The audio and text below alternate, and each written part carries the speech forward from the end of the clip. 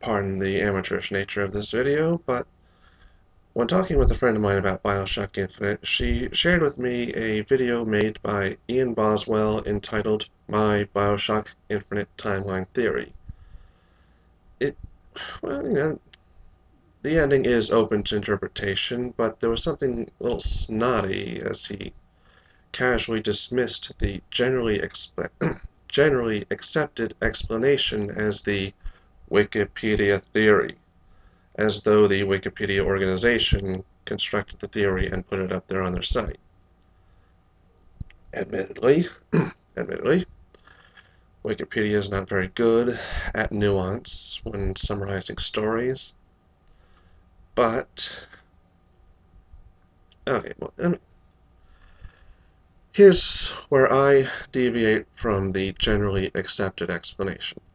I don't think that at the first scene of baptism is where the split takes place.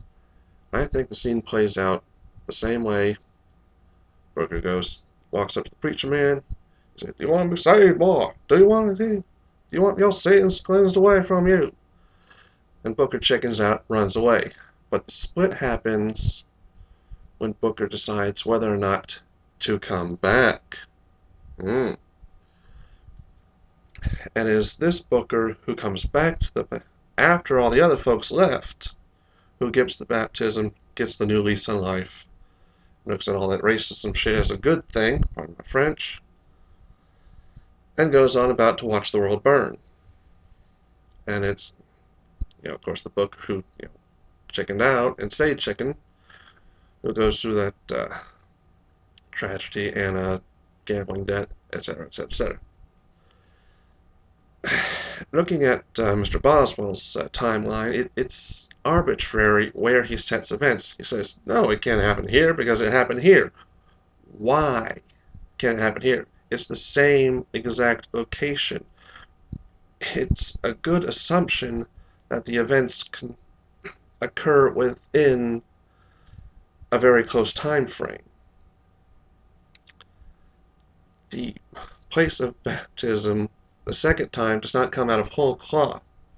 There was a place where Booker went to the first time around, and I think it's reasonable to assume that Comstock came back and got the baptism. Where Mr. Boswell says, first we revisit the baptism, then we go to the baptism again, and then he goes to the newly life, becomes Comstock.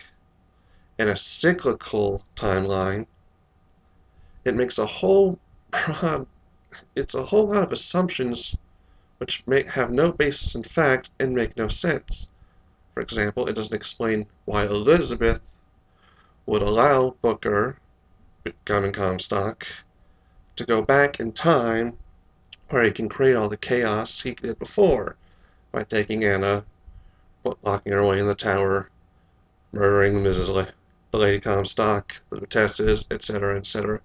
In short, creating all the problems that go wrong for Comstock in the game. I don't know why Booker would assume the identity of the man he hates most in the world. The man he literally killed about 10 minutes ago in the game, depending on how quickly it takes you to kill the guys on that stupid final battle.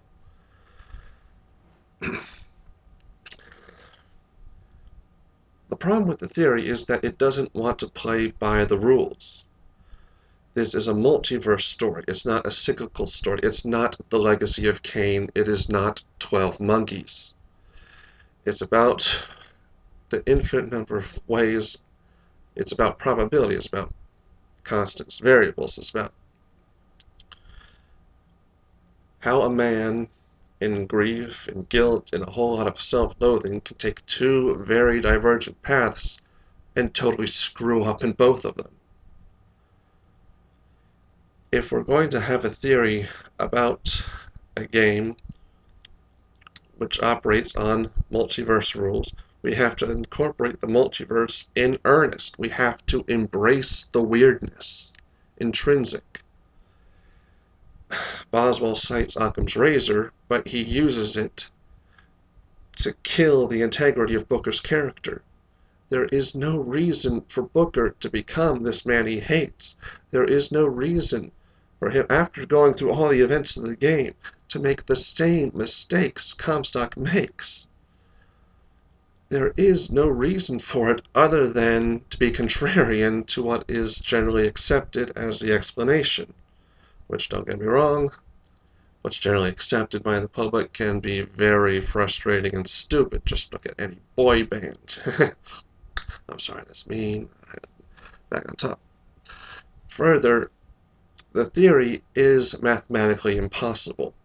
See, this assumes that Booker becomes Comstock at a future date after going through the events of the game. For this to work, for either theory, for either explanation, it's most convenient if we got one Booker and one Comstock. A Booker to father Anna, and a Booker to take her away, call her Elizabeth, and cause a lot of trouble. We need a Booker, goes to the universe or dimension with Comstock in it. But here's the thing. Booker, he screws up in a lot of his attempts to rescue Anna. I don't subscribe to this whole it happens 123 times thing. I think that's a lot of fans trying to be too clever by half. It very well could have happened 3 times, 123 times, 3 trillion instances of the Luteces grabbing a Booker, taking him to the Comstock universe, and just seeing what happens from there. Here's what happened. Okay, we got the total number of Bookers. A lot of them fail. Some of them survive. They go through all the events of the game. And these Bookers, according to Boswell's theory, become the Comstocks. However, we need a Comstock for every Booker who succeeds and survives to become Comstock, and we need a Comstock for every Booker who gets murdered to death by Songbird. We don't have enough surviving. It's mathematically impossible for the Bookers who survive to equal the number of Bookers who survive and the Bookers who die. It is literally not possible for this cyclical thing to work on the assumption that Booker becomes Comstock after the events of the game. And to be honest, I think Mr. Boswell was a very bad boy who was not listening to the Voxophones, or at least not listening to them carefully. One of them, by the Lutece lady, talks about the experiments and the whole time-space thing causing sterility in Comstock, but also having an interesting little side effect in which all persons, well, all the Bookers, all the Comstocks, all that, have this neat little side effect where their children become less and less like the person affected. Basically, our Anna, our Elizabeths, they look like the mother. They look nothing like Booker because of the damage done to the Comstocks by all that dimension hopping and whatnot. And that's probably why, at that ending, we get the scene with the multiple Elizabeths, not one Eli, not one boy, because his chromosome is screwed up every which way because of Comstock not putting a lead apron over his Johnson. Pardon the language. X-ray joke. Okay. Further, there's a little bit of a box phone in which Comstock looks back on him burning down the teepees with women and children as a good thing. And we gotta remember, Booker hates himself for doing that. We got a little bit of evidence here which indicates a man becoming 2 people with 2 distinct takes on the same actions.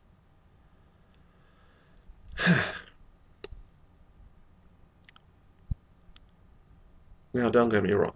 I like the idea that this game is open to interpretation. I'd like to see all kinds of theories explaining what happens. But there have to take some considerations of what can and can't be feasible, and we got not be jerks about no, this guy's an idiot. He can't do it.